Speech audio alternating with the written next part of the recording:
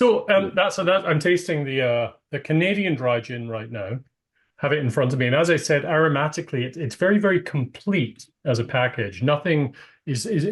I mean, it's very punchy, but at the same time, very very balanced. There's an equilibrium with those botanicals, which I think is a relative rarity. On the palate, you were talking about that textural quality. That's definitely there. There's a creaminess that I always find most appealing in spirits.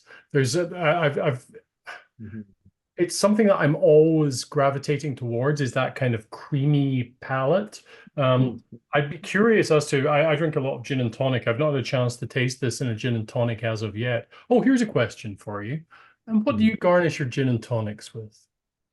We like always, garnishes work the best when if there's a component of that Sure. in From the your actual recipe. botanical in your recipe. And Yeah. so we like charred lemon and rosemary.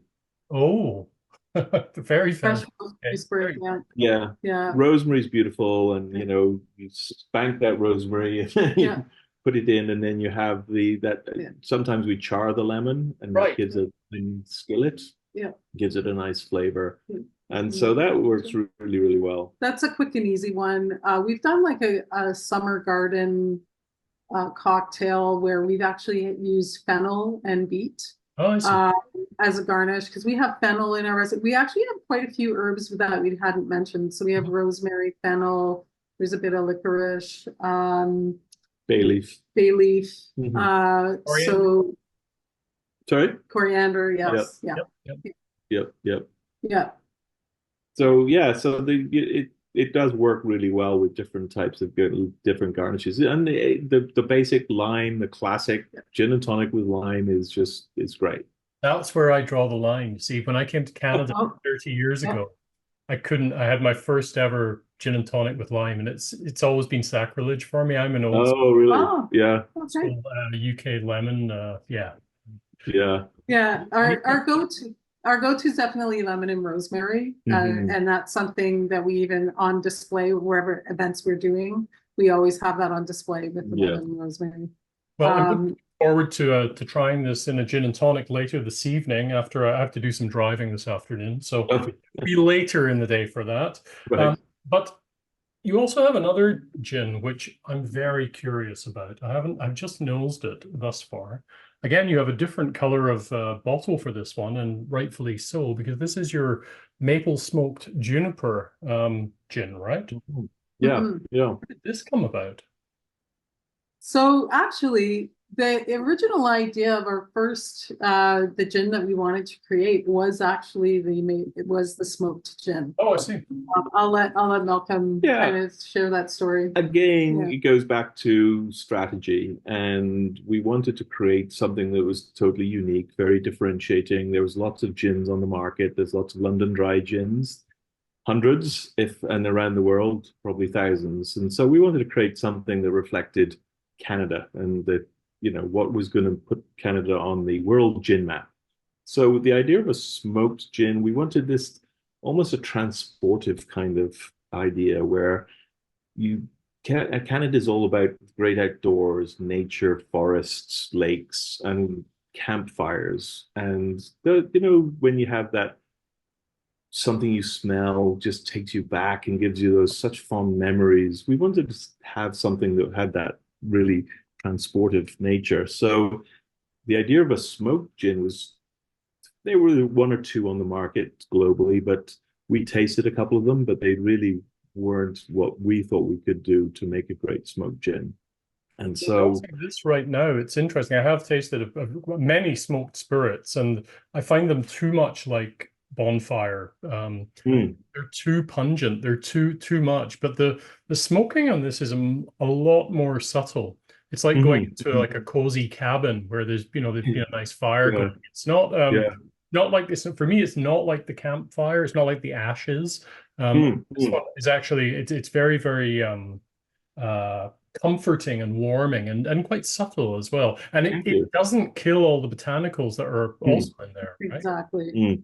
Yeah, so we Exactly. were very, very careful we wanted to hit exactly what you've said. Yeah. We wanted it to be subtle, so it was a memory of smoke almost. Yes, Not yeah, even, sure. not even a hit you in the face smoke. Because we wanted to be able to enjoy it as an aperitif, as a martini before dinner.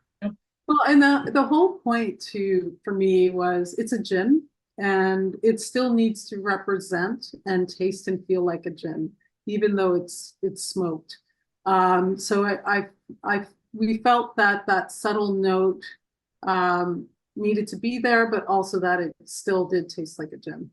Yeah, we wanted to also appeal to whiskey and bourbon Yeah. drinkers because Canada is a brown spirits country by far, is the biggest category. So we thought, well, if brown spirits drinkers were going to drink a white spirit like a gin, what might they like?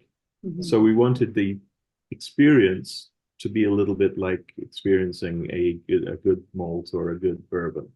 So it's got a little bit more sweetness, and that comes from the technique, which took us 5 years to actually really develop this product. So for the initial first 3 years, as we were this whole time we were trying to create a smoked gin, and we were looking and using botanicals that had a smoky note. But the challenge that we had is as soon as we infused those botanicals, once you distill, the smoke note would distill off and it wouldn't come through. So we were kind of challenged with this before we launched. And then we decided, you know what, we still can't find that right botanical note for the smoked gin. We wanted to go ahead and launch our classic London Dry and continue to work on figuring out how to smoke a gin. So we spent 2 more years in development. And, fortunately, Malcolm's son over dinner came up with a fantastic idea, and it is actually what we went. Yeah, he suggested that we actually smoke the juniper berries themselves over maplewood, and we did that, and then we infused them into the original liquid. So it's the same base gin, but with the infusion of the maplewood smoked juniper berries, the Canadian, the ones from Ottawa Valley. So we infuse the smoked berries after distillation for a certain amount of time, and then we remove the berries, and it just leaves a really well integrated smoked note. And is it a similar field of botanicals that you use for this one in the background notes, or are there? It's exactly the same recipe. It's the same gin. I see. Right. Okay. Because I was about to say the texture is incredibly similar. There is maybe a kind of perception of sweetness a little bit more, as you mentioned. For sure. And how do you see this being? What kind of applications do you see something like this being perfect for? I don't tend to drink martinis, but I can see it making a very unique style of martini for sure. Yeah, it really makes a great martini as a Gibson with cocktail onions, or the olives, but it also adds a Negroni. It adds a really nice note slightly smoky note to a Negroni, so it just gives it that extra depth. It substitutes really well for bourbon cocktails, so a paper plane or an old fashioned. And so when you taste it, it has a bit more of a similar experience to bourbon maybe than a malt. But it really substitutes well. But on its own, we always say to people it's a sipping gin. Just over ice, just a little bit of, or just with a little bit of branch water like you would have a malt. But just it has that comforting. And again, all the reasons we wanted to create a gin was around very strategic. It was about a gin that would work in the off season, like gin and tonic. Summer is usually in Canada. We're saying, it's summer, it's gin and tonic season. So that's when gin sales take off. We wanted to create a gin that was more year round, 4 seasons. So in the winter, you could enjoy this smoked gin in front of the fire, nice and cozy, just sipping, relaxing. Well, I was about to say this, for me, this would be perfect. Kind of, I see it as being a very contemplative gin, the kind of thing I would sit by the fire, conversation, a game of chess late at night. But then I realized that's what I say about the best malt whiskies that I taste. So Yeah. it's cool. It's definitely, and I hadn't even thought of that parallel until you mentioned that. But that's definitely where I'd be going with this. I'm impressed, I have to say. Okay.